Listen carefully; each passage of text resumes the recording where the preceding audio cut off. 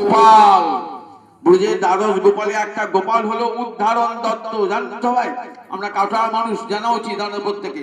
এইখানে উদ্ধারণ দত্ত ব্রজের গোপাল মানে গরু চড়াতো, কৃষ্ণের সঙ্গে বলরামের সঙ্গে গরু চড়াতো, তাকে কি বলে গোপাল। তারাই আবার গৌরাঙ্গ অবতারে সেই দ্বাদশ গোপাল, দ্বাদশ উপগোপাল সব এসেছে এখানে। একাই হাটে একজন আছে, কে বলুন দেখি? একাইটে কালাকিশোর দাসের নাম শুনেছেন তো?